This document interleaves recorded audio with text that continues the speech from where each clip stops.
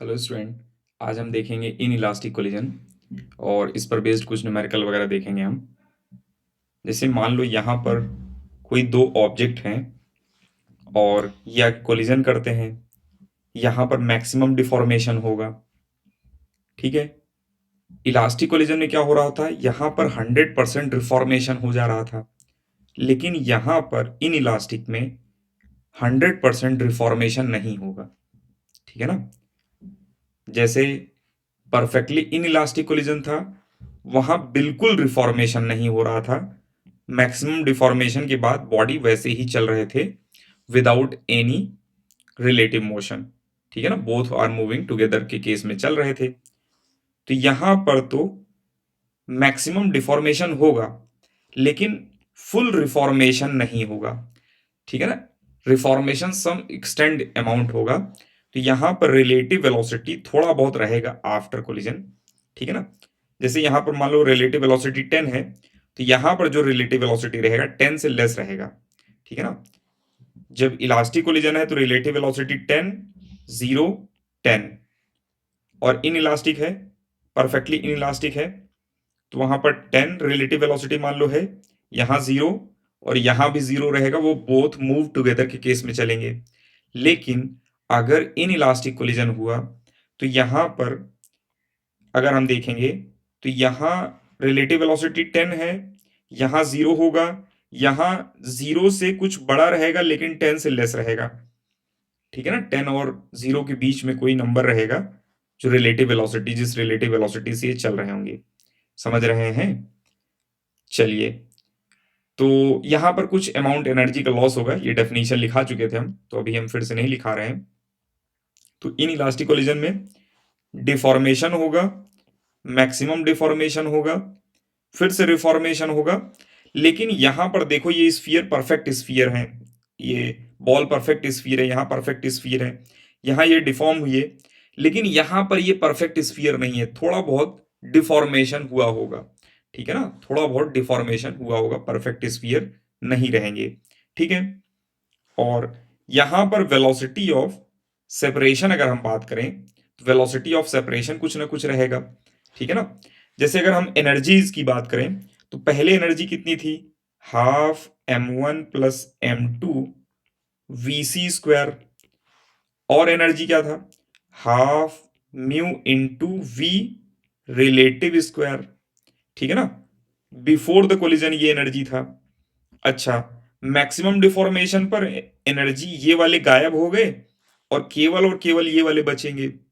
ठीक है ना, और फिर से बॉडी जब रिफॉर्म करेंगे, ये जितना भी मैक्सिमम रिफॉर्मेशन यहां हो सकता है, जब वो रिफॉर्म कर जाएंगे और बोथ मूव सेपरेटली के केस में आ जाएंगे, तो वहां पर देखेंगे तो energy half m1 plus m2 into v c square तो रहेगा, नो डाउट। कुछ अमाउंट ये भी रहेगा, इसको लिख रहे हैं हम half mu into we relative dash का स्क्वायर।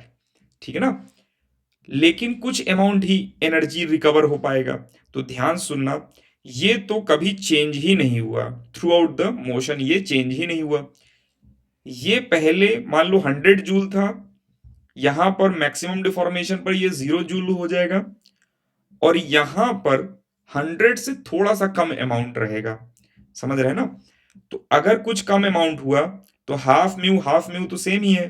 तो वी रिलेटिव जो डैश है यही चेंज हो रहा है। पहले अप्रोच वेलोसिटी ज्यादा थी, अब जो सेपरेशन वेलोसिटी रहेगा वो थोड़ा सा कम रहेगा as compare to approach velocity. ठीक है ना, तो यहां पर एक नंबर हम डिफाइन कर रहे हैं, ई कोफिशिएंट ऑफ रिस्टिट्यूशन, जिनकी वैल्यू 0 से लेकर 1 तक कुछ भी रहेगा इलास्टिक कोलिजन, ये इन इलास्टिक कोलिजन के लिए। और इलास्टिक कोलिजन के लिए ये रहते हैं कोफिशिएंट ऑफ रिस्टिट्यूशन 1, और परफेक्टली इन इलास्टिक कोलिजन के लिए कोफिशिएंट ऑफ रिस्टिट्यूशन 0 रहता है, अभी आगे लिख लेंगे हम। और इन इलास्टिक के लिए कोफिशिएंट ऑफ रिस्टिट्यूशन 0 से लेकर 1 तक रहता है। ठीक है ना, ध्यान रखना ये लिखा गया है इन इलास्टिक के लिए। ठीक है, तो V relative dash after collision, जो वी रिलेटिव रहेगा वो कितना रहेगा, E multiply by V relative initial. ठीक है ना, तो हम ये लिख सकते हैं वी रिलेटिव डैश में v2 minus v1 is equal to e times v1 minus v2, ठीक है ना। Separation is equal to e times approach बोल सकते हैं हम, separation is equal to e times approach, v separation is equal to e times v approach, ये formula भी लिख सकते हैं हम, इसमें कोई डाउट नहीं। तो यहां पर हम E लिख रहे हैं, ये v2 dash minus v1 dash divided by v1 minus v2। वैसे तो ये याद नहीं रहता है हमें एग्जाम में, एग्जाम में हमें याद रहेगा v सेपरेशन, ठीक है ना, डिवाइडेड बाई v अप्रोच, ये याद रहेगा हमें एग्जाम में, ठीक है। चलिए अब बात आई यहां पर एनर्जी कितना लॉस होगा, तो ध्यान से समझने की कोशिश करना।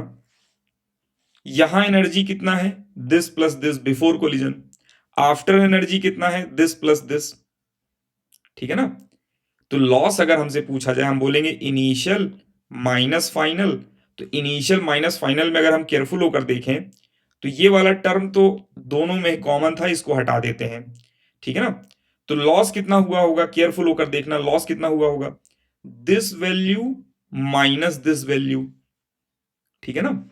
और अगर हम v डैश रिलेटिव की वैल्यू रखें, v रिलेटिव डैश की वैल्यू होता है e times v relative initial, e times v relative initial, तो यहां पर हो जाएगा e square v relative initial का स्क्वायर, समझ रहे हैं ना। तो this number minus this number करेंगे तो आ जाएगा 1/2 म्यू v रिलेटिव ब्रैकेट में 1 माइनस ई स्क्वायर आ जाएगा, ठीक है ना। तो ये रिजल्ट आ जाएगा हमारे पास, ये याद रखना है। और परफेक्टली इलास्टिक कोलिजन होता है तो E इज इक्वल टू होता है 1, वहां पर लॉस कितना हो जाएगा 0। और परफेक्टली इन इलास्टिक कोलिजन के केस में E इज इक्वल टू होता है 1, ये 0, E इज इक्वल टू होता है 0। जैसे ही यहां 0 रखेंगे तो ये वैल्यू पिछली क्लासेस में हमने देखा था, समझ गए। चलिए अब बात आई कि v1 डैश v2 डैश भी निकालना है आफ्टर कोलिजन, जो v1 डैश v2 डैश है ये हमें निकालना है। तो v1 डैश v2 डैश निकालने का सबसे सिंपल फॉर्मूला 1 to 1 2 वाला जो मेथड बताया था उसी से याद रखना है। तो हम केवल एक याद रखेंगे बस, समझ रहे हैं ना, केवल एक याद रखेंगे। ध्यान देखना, हम फिर से लिख ले रहे हैं, हम लिख रहे हैं v1 dash is equal to v1 plus v2 minus v1, तो हो गया 1 2 1 2 1 2, ठीक है। और यहां पर आ जाएगा, पहले लिखते थे हम 2, 2 का मतलब था 1 प्लस ई, ई वॉज 1, तो यहां पर रहेगा 1 प्लस ई, समझ रहे हैं। अब हम कर लेंगे ऐसे क्वेश्चन।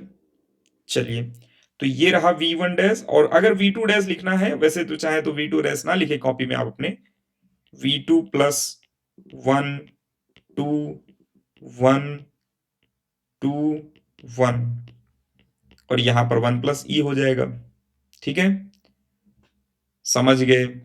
चलिए तो हमारे पास फॉर्मूले कौन कौन से मिल गए हमें, ध्यान से देखना। एक तो मिल गया separation is equal to e times approach, separation is equal to e times approach, ये फॉर्मूला मिला है। और यही फॉर्मूला ये भी है बेसिकली, ठीक है ना। एक फॉर्मूला ई का मिल गया हमें, और एक फॉर्मूला लॉस ऑफ एनर्जी का मिल गया है, और एक फॉर्मूला v1 डैश का मिल गया है। तो मेनली हमें तीन फॉर्मूले मिले हैं, ठीक है ना। एक ई का मिला है, एक मैक्सिमम एनर्जी लॉस, और एक जो है v1 डैश का फॉर्मूला मिला है। तीन फॉर्मूले मिल गए हमें। अच्छा, तो ये वैसे काइनेटिक एनर्जी का प्रूफ हमने ऊपर ही देख लिया था, ठीक है ना, तो इसको हम फिर से नहीं देख रहे हैं। प्रूफ ऑफ v2 डैश, ध्यान देखना v2 डैश कैसे प्रूफ कर रहे हैं। सेंटर ऑफ मास फ्रेम में, सी फ्रेम में जाकर हम प्रूफ करेंगे, ठीक है ना।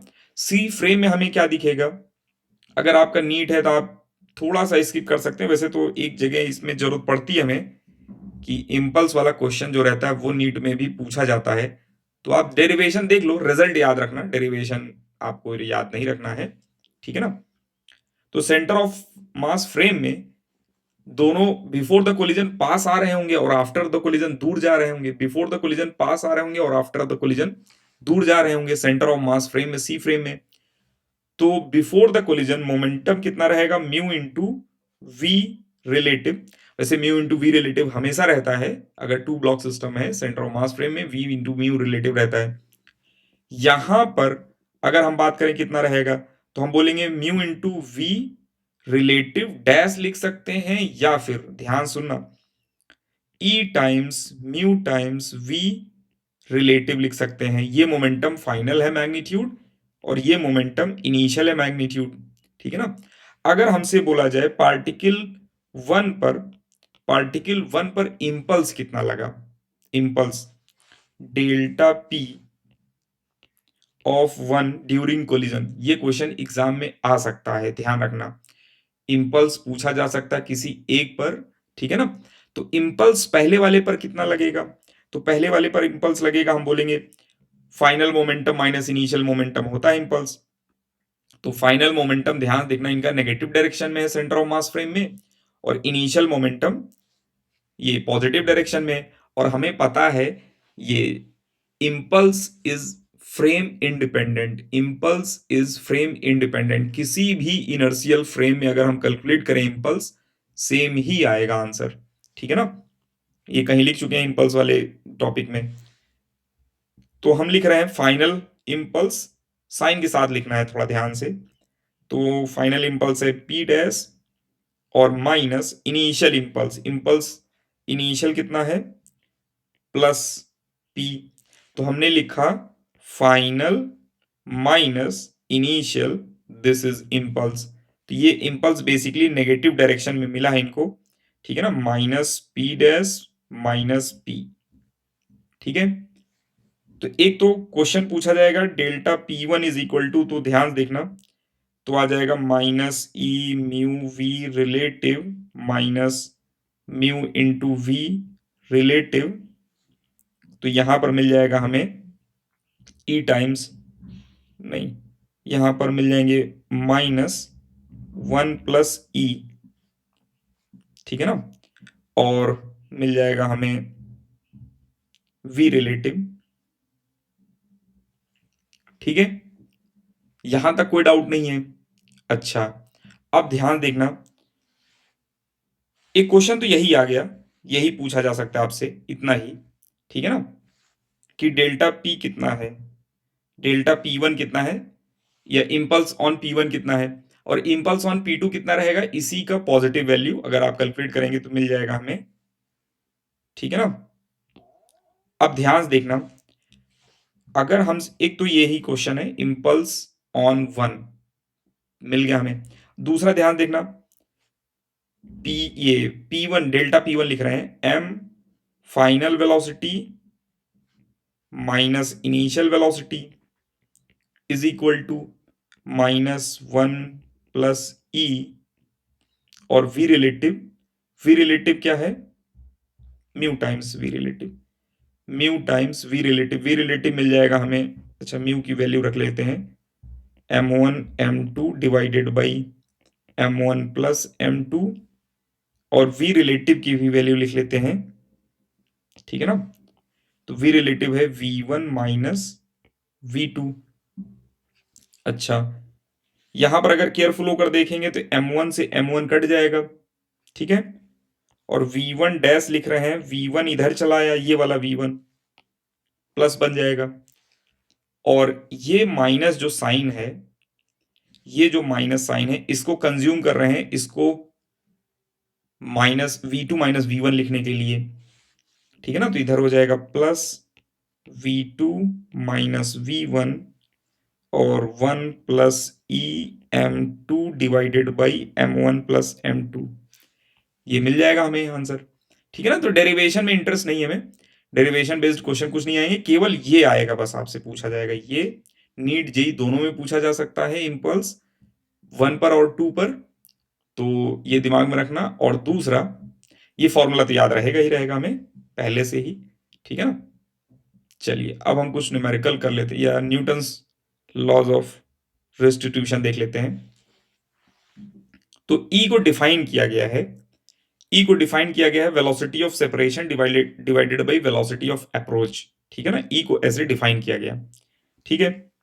और ई की वैल्यू जो है इन इलास्टिक के लिए 0 से 1 के बीच में रहेगा, इलास्टिक के लिए 1 रहेगा, और परफेक्टली इनइलास्टिक के लिए ये रहेंगे 0। सुपर इलास्टिक वैसे तो कोलिजन में पॉसिबल नहीं है, जैसे बॉम्ब वगैरह रहे, ठीक है ना, एक कोई मेटल बॉल है और एक दूसरा जो है, यहाँ मेटल बॉल है और यहाँ पर कोई एक्सप्लोजिव मान लो लगा हुआ है, कोई एक्सप्लोजिव लगा हुआ है, इनको थ्रो किया जाएगा तो यहाँ पर जब ये कोलिजन होगा, ठीक है ना, और एक्सप्लोजिव एक्सप्लोड हुए, उसके बाद जो है रिलेटिव वेलोसिटी बढ़ जाती है। तो ऐसे केसेस मुश्किल से पूछे जाएंगे, अगर पूछे जाएंगे तो वहां पर रहेगा ये सुपर इलास्टिक का केस, इसमें एनर्जी बढ़ जाती है, ठीक है ना, कोई एक्सप्लोजिव वगैरह के कारण एनर्जी बढ़ जाते हैं, ठीक है। अच्छा, तो ये हमको समझ में आ रहा है इतना। अब ध्यान से देखना, एक क्वांटिटी उसको कैलकुलेट करते हैं, देखते हैं क्या आएगा, ठीक है ना। जैसे मान लो हमसे बोला गया कि impulse of reformation divided by impulse of deformation क्या होगा। Impulse of reformation divided by impulse of reformation क्या होगा, इसको कैलकुलेट करो। तो reformation divided by deformation calculate करना है, तो ध्यान से देखना,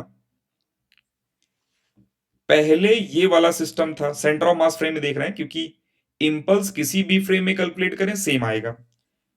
तो सेंटर ऑफ मास फ्रेम में पहले ये सिचुएशन थी, up to this maximum deformation हुआ, ठीक है ना, ये रेस्ट पर आ गए सेंटर ऑफ मास फ्रेम में, और इसके बाद रिफॉर्मेशन हो रहा है, ठीक है ना। सेंटर ऑफ मास फ्रेम में कुछ पी डैश दिखेगा। तो अगर हमसे बोला जाए इम्पल्स ऑफ डिफॉर्मेशन कितना है, मतलब यहां से लेकर यहां तक का इम्पल्स, मैग्नीट्यूड में इंटरेस्टेड है मैं बेसिकली, यहां से लेकर यहां तक का जो चेंज इन मोमेंटम हुआ सेंटर ऑफ मास फ्रेम में। वैसे तो हमें ये नहीं बोलना चाहिए सेंटर ऑफ मास फ्रेम में, क्यों, क्योंकि हर एक फ्रेम में वही रहेगा, हमें कैलकुलेट एक्चुअल में ग्राउंड फ्रेम में करना था, लेकिन ग्राउंड फ्रेम में कैलकुलेशन बहुत टफ है। तो हम क्या कर रहे हैं, सेंटर ऑफ मास फ्रेम में चले जा रहे हैं। तो सेंटर ऑफ मास फ्रेम में यहाँ पी था, और यहां मोमेंटम कितना है सेंटर ऑफ मास फ्रेम में, 0। तो चेंज इन मोमेंटम कितना हुआ सेंटर ऑफ मास फ्रेम में, तो P और 0 का डिफरेंस कितना हो जाएगा, P हो जाएगा। और रिफॉर्मेशन अगर हम बात करें, रिफॉर्मेशन, तो 0 से लेकर P डैश इनको मिल गया, या इन्हें 0 से लेकर P डैश मिल गया, किसी एक ऑब्जेक्ट के लिए अगर देखें हम, तो 0 से लेकर P डैश तक मिल गया। तो रिफॉर्मेशन का जो इंपल्स है वो कितना रहेगा, P डैश रहेगा। तो हमसे बोला जाएगा डिफॉर्मेशन बाई रिफॉर्मेशन का रेशियो बता दो, डिफॉर्मेशन बाई रिफॉर्मेशन का रेशियो बता दो। हम बोलेंगे रिफॉर्मेशन इज P डैश और डिफॉर्मेशन इज P, और P डैश की वैल्यू कितना है, P डैश की वैल्यू है E टाइम्स, तो यहां लिख रहे हैं हम P dash divided by P, इधर अभी लिख रहे हैं, और P डैश की वैल्यू कितना हो जाएगा, E times mu V relative, और ये हो जाएंगे E टाइम्स, सॉरी P हो जाएगा म्यू टाइम्स V रिलेटिव, ठीक है ना, अभी थोड़ी देर पहले देखा था यही हमने। तो ये कट गए, ठीक है ना, क्या आ गया, E आ गया। इसका मतलब इंपल्स ऑफ रिफॉर्मेशन और divided by impulse of reformation, ये रिफॉर्मेशन बाय डिफॉर्मेशन कितना रहेगा, E के बराबर रहेगा। ये रिजल्ट हमारे दिमाग में होना चाहिए, ठीक है ना। ये हमने प्रूव कर लिया कि impulse of reformation by impulse of deformation is equal to coefficient of restitution, ठीक है। और एक लाइन फिर से वही रिपीट कर रहे हैं, impulse is independent of frame, ठीक है ना, and we calculate impulse in c frame, ठीक है, ये तो हमने देख लिया। अच्छा, मान लो जब कोलिजन होता है, ठीक है ना, जब कोलिजन हो रहा है, तो एक सेकेंड, जब कोलिजन हो रहे हैं, लेट्स यहां पर एक ग्राफ देख रहे हैं, ध्यान से देखना,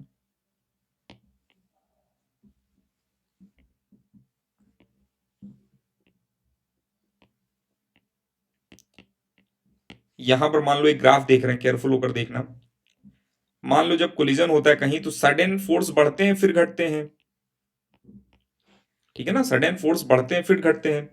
अगर हमसे बोला जाए कि मोमेंटम जो है, ये डिफॉर्मेशन कहां तक हुआ इस ग्राफ में और रिफॉर्मेशन कहां तक हुआ, जब तक ये फोर्स बढ़ता है, समझ रहे हैं ना, ये वाला पोर्शन जो है, ये है डिफॉर्मेशन, समझ रहे हैं ना, ये है पोर्शन डिफॉर्मेशन के। और इधर वाले पोर्शन, जो इधर वाले पोर्शन है ये क्या है, ये है रिफॉर्मेशन के, ठीक है ना, डिफॉर्मेशन है और एक रिफॉर्मेशन है, ठीक है।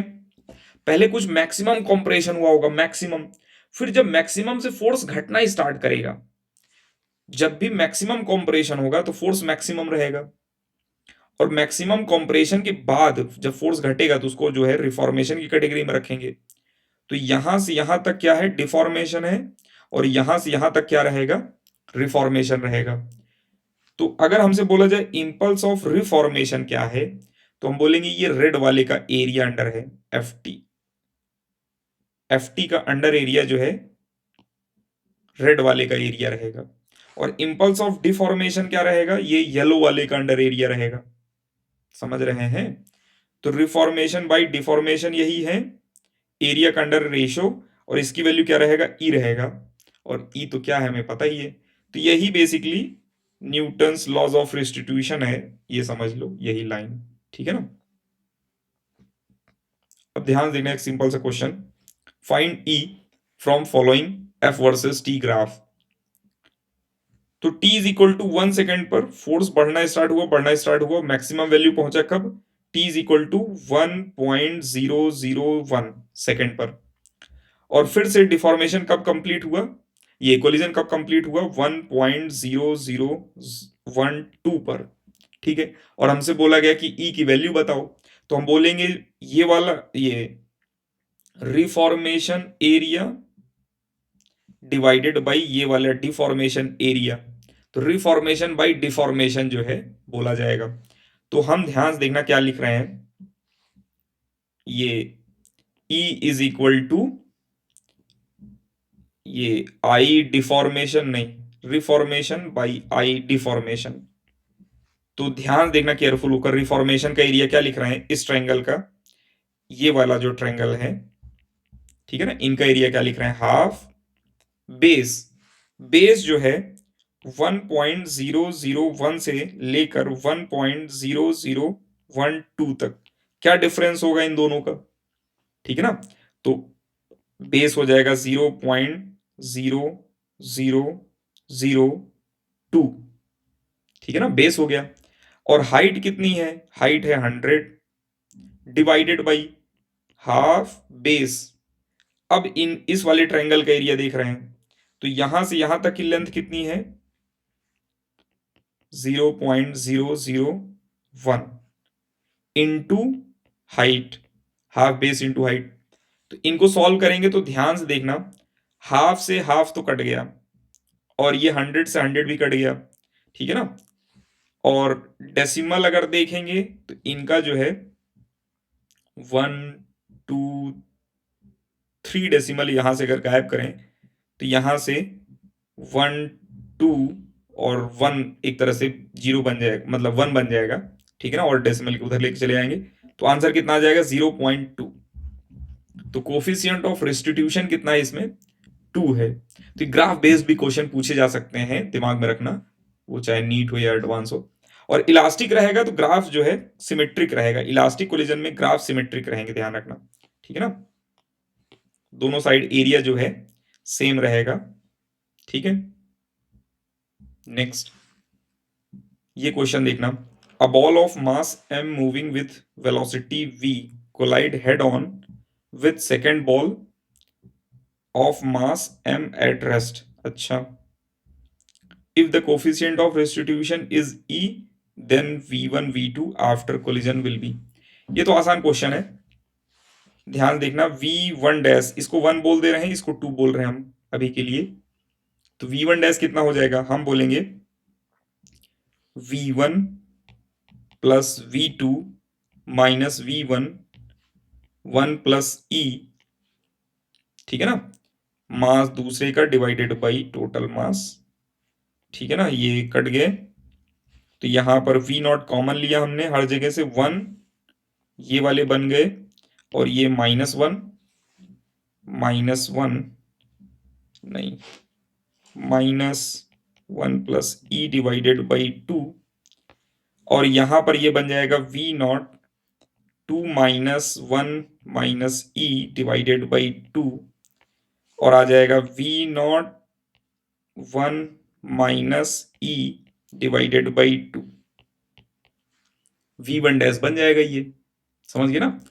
और v2 डैश निकालना है तो approach is equal to separation से कर सकते हैं, या फिर v2 डैश हम डायरेक्ट भी लिख सकते हैं, v2 dash is equal to 0 plus v not minus 0 और 1 प्लस ई दूसरे का mass divided by total mass, ठीक है ना। तो यहां पर आ जाएगा v not 1 plus E divided by 2, समझ गए। तो ये जो ट्रिक याद है हमें, v1 डैश और v2 डैश की जो ट्रिक है वो याद रखना, थोड़ा सा वो बहुत इंपॉर्टेंट है, वो कैलकुलेशन हमारा कम कर देंगे, ठीक है ना। बहुत ही शॉर्ट वे में कैलकुलेट कर सकते हैं हम, ठीक है। चलिए, अच्छा मान लो v2 डैश दूसरे तरीके से निकालें तो ऐसे भी निकाल सकते थे, ध्यान देखना केयरफुल होकर। v2 डैश कैसे निकाल रहे हैं हम, एक और तरीका v2 डैश निकालने का, हम लिख सकते हैं v1 चल रहे हैं कितने से, v not 1 plus E divided by 2 से, तो ये मान लो x से चल रहे हैं तो हम लिखेंगे x, या v2 डैश लिख लेते हैं, v2 डैश, ठीक है ना, minus v not 1 minus e divided by 2, separation is equal to e times approach, approach कितने का था, v नॉट का था। अब इसको इधर लेकर चले आओ और दोनों को ऐड कर दो, ई वी नॉट और plus v not 1 minus e divided by 2, तो v नॉट कॉमन ले लो, तो यहां पर आ जाएगा 2e माइनस ये plus 1 minus e divided by 2, तो आ जाएगा वही आंसर जो अभी मिला था हमें, 1 प्लस ई, ठीक है। ऐसे भी कर सकते हैं और वो मेथड भी सही है, ठीक है ना। हमें लग रहा है इसमें गलती होने के चांसेस ज्यादा हैं, ठीक है, तो इससे मत करो, ये जो पहले वाला लिखा था दैट इज मोर बेटर, ठीक है। नेक्स्ट क्वेश्चन देखना, find velocity of each after collision, also find loss of energy in collision, ठीक है। और ई दिया गया है इज इक्वल टू 1/2, तो पहले हम v1 डैश निकाल रहे हैं, ध्यान देखना, v1 dash is equal to v1 plus 1 2 1 2 का मास और 1 का मास 2 का मास, और यहां पर 1 प्लस ये 2 लिखने के बजाय इलास्टिक में 2 लिखते थे, अभी क्या लिखेंगे 1 प्लस ई, तो 1 प्लस ई कितना हो जाएगा 3/2, ठीक है ना। तो यहां पर मिल जाएगा हमें कितना 20 minus 10 into 9 divided by 2 into 5, ये 10 से 10 कट जाएगा, और ये 20 minus 9 is equal to 11 metre per second, मिल जाएंगे answer.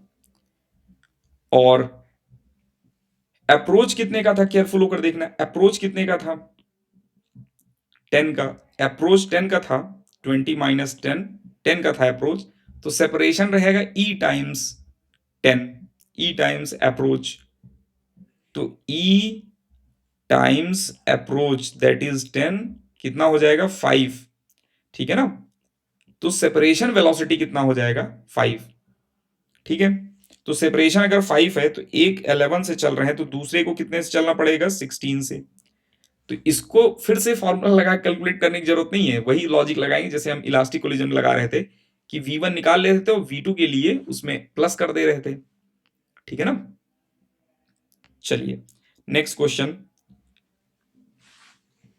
A moving block having mass m collide with another stationary ball, ये block of mass 4m, the lighter block come to rest after collision, then value of coefficient of restitution is, तो पहला वाला जो है m से v not से कुछ चल रहा होगा, दूसरा वाला 4m रेस्ट पर थे और कोलिजन हुआ, एक रेस्ट पर आ गए, ये वाले रेस्ट पर आ गए आफ्टर कोलिजन, और हमें बताना है e की वैल्यू। तो एक तरीका, तो दो तरीके से इसको सॉल्व करेंगे, एक देखना डायरेक्ट फॉर्मूला अगर याद है हमें कैसे यूज कर रहे हैं, फाइनल वेलोसिटी v1 डैश कितना हो जाएगा 0, लिख लिया हमने 0, 0 is equal to v1 v2 v1 और 2 का मास 1 का मास और 2 का मास, 5m 1 प्लस ई, और m से m कट गया, v नॉट इधर लेकर चले आएंगे तो माइनस माइनस कैंसिल हो जाएगा, आ जाएगा 1 is equal to 1 plus E, 4/5, 5 इधर आ जाएगा, by 4 is equal to 1 plus E, E की वैल्यू कितनी आ जाएगी 1/4। एक तरीका तो ये था सॉल्व करने का, और ये हमें लग रहा है बेस्ट मेथड है सॉल्व करने का।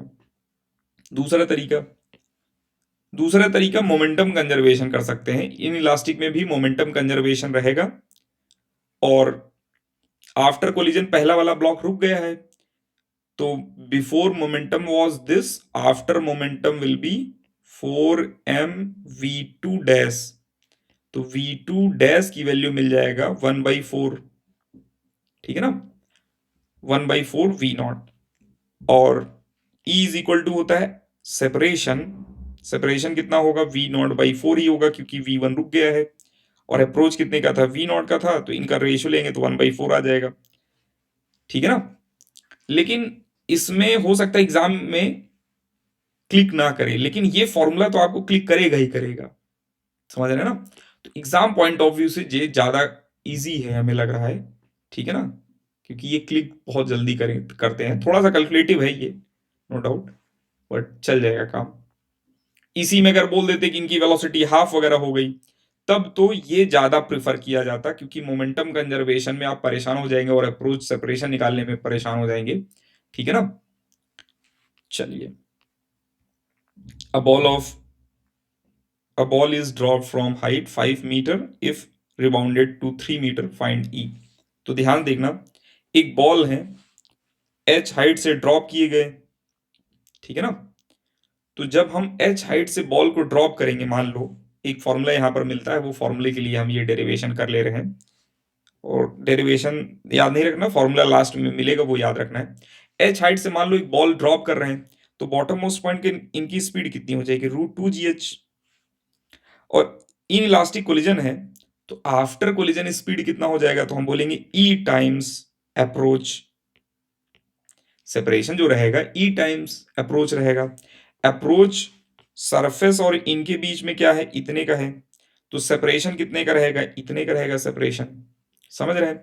अब ये किस हाइट तक जाएंगे, तो हम बोलेंगे ये इनका हाइट जो रहेगा h dash is equal to, ध्यान देखना, u square divided by 2g, तो u स्क्वायर, ध्यान से देखना, u square divided by 2g जैसे ही करेंगे तो e स्क्वायर h, 2g ऊपर रहेगा, 2g से डिवाइड करेंगे 2g कट जाएगा और आंसर आ जाएगा e स्क्वायर h, ठीक है ना।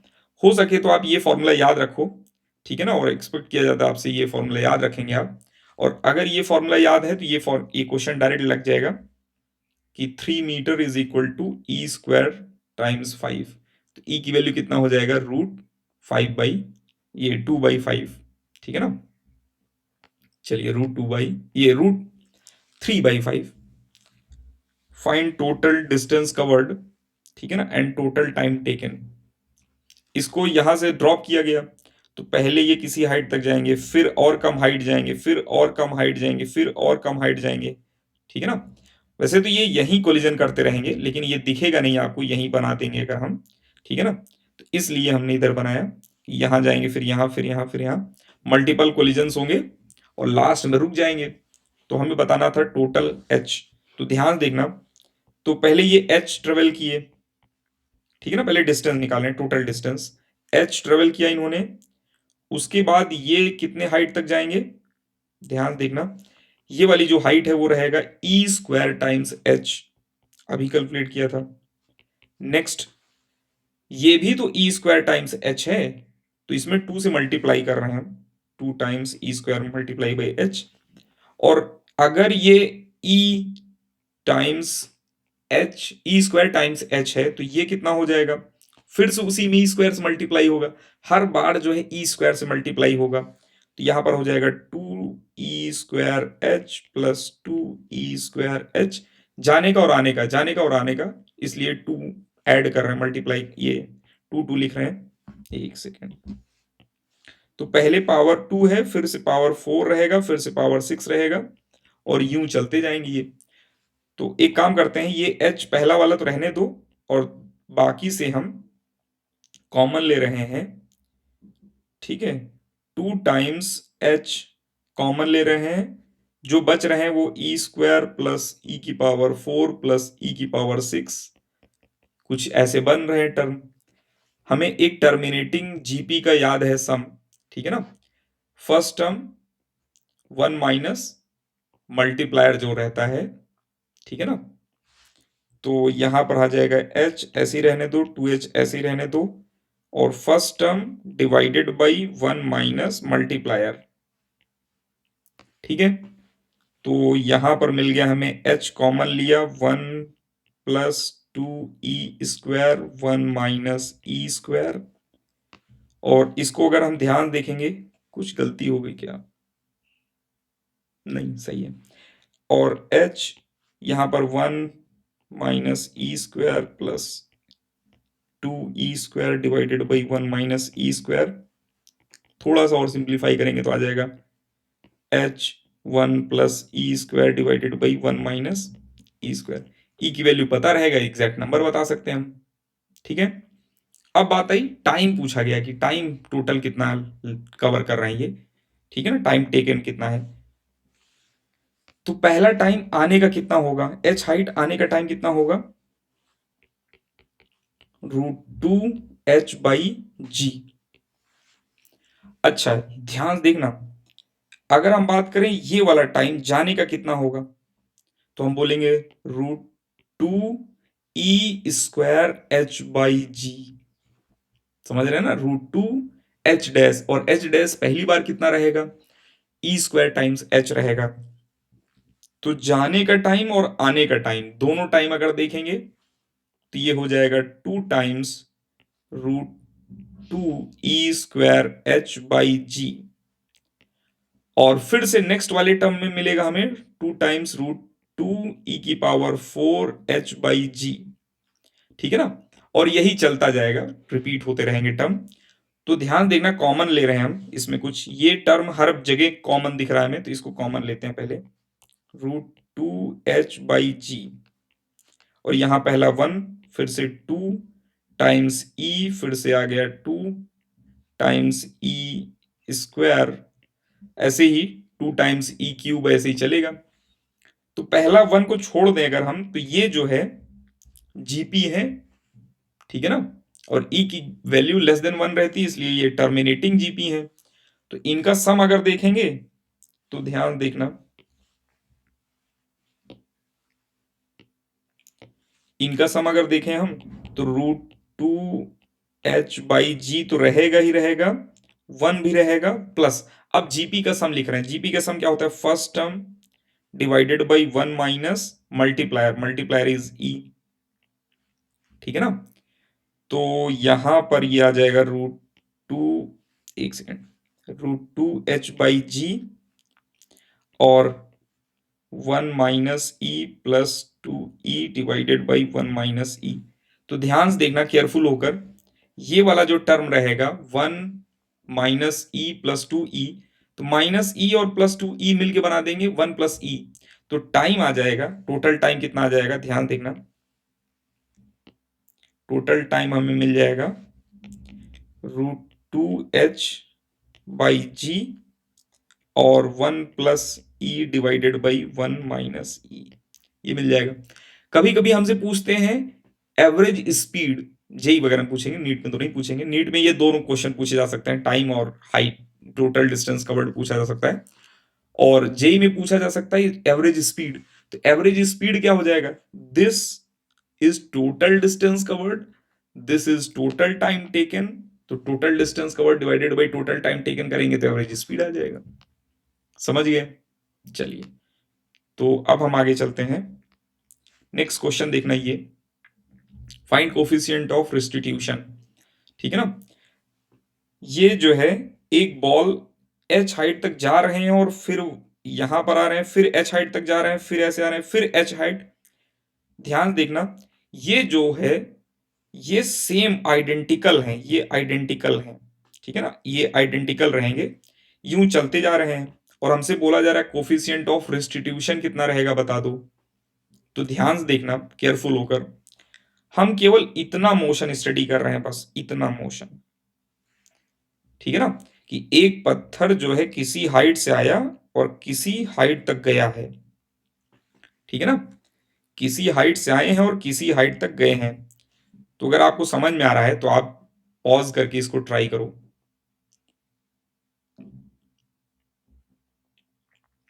चलिए अब हम सॉल्व कर रहे हैं। तो ये आए हैं किस हाइट से, H dash plus H height से आए हैं, ठीक है ना, H dash plus H height से आए हैं ये, और ये किस हाइट तक जा रहे हैं, तो ये वाली हाइट एच ही है, ये वाली हाइट, ये वाली हाइट, ये वाली हाइट बाई सिमेट्री बोल सकते हैं एच रहेगा, ठीक है ना। तो ये वाली लेंथ कितना है, एच प्लस एच डैश, और ये वाली लेंथ कितना है, ओनली एच, ठीक है। तो हम लिख सकते हैं H plus H dash times E square will be H, समझ गए, ठीक है ना। किसी हाइट से आएंगे तो नेक्स्ट वाली जो हाइट रहेगा ई स्क्वायर टाइम्स दैट रहता है, तो यहां पर ई की वैल्यू कितना मिल जाएगा, H divided by H plus H dash का रूट, बस आगे आंसर यही। चलिए अब हम आगे चलते हैं, नेक्स्ट क्वेश्चन देखना, find maximum height reach by block after collision. तो मैक्सिमम हाइट रीच पूछ रहे हैं इसमें, ठीक है ना, आफ्टर कोलिजन, ये ब्लॉक कितना हाइट तक जाएंगे, तो हम इस ब्लॉक की वेलोसिटी निकाल लेते हैं आफ्टर कोलिजन। तो ये दिया था हमें शायद, हाँ क्वेश्चन में ये दिया था, एच हाइट से ये आ रहे हैं स्मॉल एम वाले, तो एच हाइट से जब आएंगे तो ये बिफोर कोलिजन इनकी स्पीड कितनी होगी, √2gh, ठीक है ना। तो इनकी वेलोसिटी 4m की वेलोसिटी आफ्टर कोलिजन क्या हो जाएगा, हम लिखेंगे v2 dash is equal to v2 before collision 0 था 4m का, प्लस √2gh माइनस 0, और 1 प्लस e की वैल्यू 1/2 है, दूसरे का मास 1 का मास यहां लिखना है हमें, तो एक सेकेंड, 2 की वेलोसिटी 1 की वेलोसिटी 2 की वेलोसिटी 1 की वेलोसिटी, तो 1 की वेलोसिटी 1 का मास, सॉरी 1 का मास कितना हो जाएगा, m divided by 4m plus m, ठीक है ना।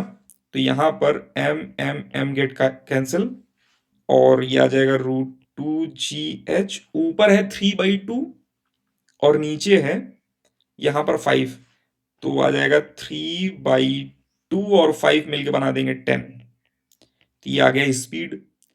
और इस ब्लॉक की अगर स्पीड v है, मान लो कुछ भी है v है, तो ये कितनी हाइट तक जाएंगे, तो हम बोलेंगे v square divided by 2g, ठीक है ना, एनर्जी कंजर्वेशन भी बोल सकते हैं या v square divided by 2g भी बोल सकते हैं आप। तो v2 डैश, तो h कितना हो जाएगा, हम बोलेंगे v2 डैश का स्क्वायर डिवाइडेड बाई 2g, और जैसे ही v2 डैश का स्क्वायर करेंगे तो ध्यान देखना 2gh 9/100, ठीक है ना, डिवाइडेड बाई 2g, तो 2g से 2g कट जाएगा ये, और कितना आ जाएगा 9h/100, बस आ गया आंसर, कर लेंगे इसे। चलिए अब हम आगे चलते हैं, नेक्स्ट क्वेश्चन देखना, वैसे ये क्वेश्चन ये जेई के लिए है मेनली, ठीक है ना, नीट के लिए नहीं है। Find total number of collision for coefficient of restitution E. तो यहां पर पहले ये प्लेट, ये पूरा का पूरा कार्ड जो है रेस्ट पर था, ठीक है ना, और ये जो है वी नॉट वेलोसिटी जा रहे थे, पहला कोलिजन हुआ, ठीक है ना, इनको कुछ वेलोसिटी मिलेगी, इनके पास भी कुछ वेलोसिटी रहेगी, ठीक है। अप्रोच कितने का था, दोनों सरफेस में अप्रोच कितने का था, वी नॉट का था अप्रोच। सेपरेशन कितने का होगा, सेपरेशन कितने का होगा, तो हम बोलेंगे ई टाइम्स वी नॉट का होगा सेपरेशन, और फर्दर जब कोलिजन होगा तो फिर से अप्रोच कितना हो जाएगा, ई स्क्वायर टाइम्स वी नॉट, ठीक है ना, फिर से ई की पावर 3 टाइम्स वी नॉट। तो ये प्रोसेस जो है चलता जाएगा चलता जाएगा, कभी ये रिलेटिव जीरो होगा ही नहीं, ठीक है ना। तो ये चलते जाएंगे लास्ट में इनफाइनाइट पर जाकर ये ई की power n, n tending to infinite पर ही ये जीरो होंगे, ठीक है ना। तो इसमें टोटल नंबर ऑफ कोलिजन तो इन्फानाइट रहेंगे, इसमें नो डाउट। अच्छा, आफ्टर इन्फानाइट कोलिजन अगर हमसे बोला जाए, after large amount of collision हमसे बोला जाए कि दोनों की वेलोसिटी क्या रहेगा, तो दोनों की वेलोसिटी हो जाएगा, स्पीड हम बात करें या वेलोसिटी, दोनों की हो जाएगा सेम, ठीक है ना। क्योंकि हर बार जो है एनर्जी लॉस हो रहा है, एनर्जी लॉस हो रहा है, और लास्ट में रिलेटिव वेलोसिटी रहेगा ही नहीं, ठीक है ना। तो दोनों सेम वेलोसिटी चलेंगे। जब सेम वेलोसिटी चलेंगे, हमसे पूछा जाए मान लो common velocity after very long time, तो हम बोलेंगे initial momentum is equal to final momentum, ठीक है ना। तो वीसी मिल जाएगा हमें कितना, वी नॉट बाई 3, समझ रहे हैं। आफ्टर वेरी लॉन्ग टाइम जो वेलोसिटी रहेगा, कॉमन वेलोसिटी, वो कितना रहेगा, वी नॉट बाई 3 रहेगा, ठीक है ना, ये लिख सकते हैं हम। अच्छा, और collision, number of collision infinite ही रहेंगे, ठीक है। इसमें इतना ही था, और नेक्स्ट क्लास में हम देखेंगे ऑब्लिक इलास्टिक कोलिजन और ऑब्लिक इनइलास्टिक कोलिजन वगैरह देखेंगे हम, ठीक है। चलिए आप लीव कर सकते हैं।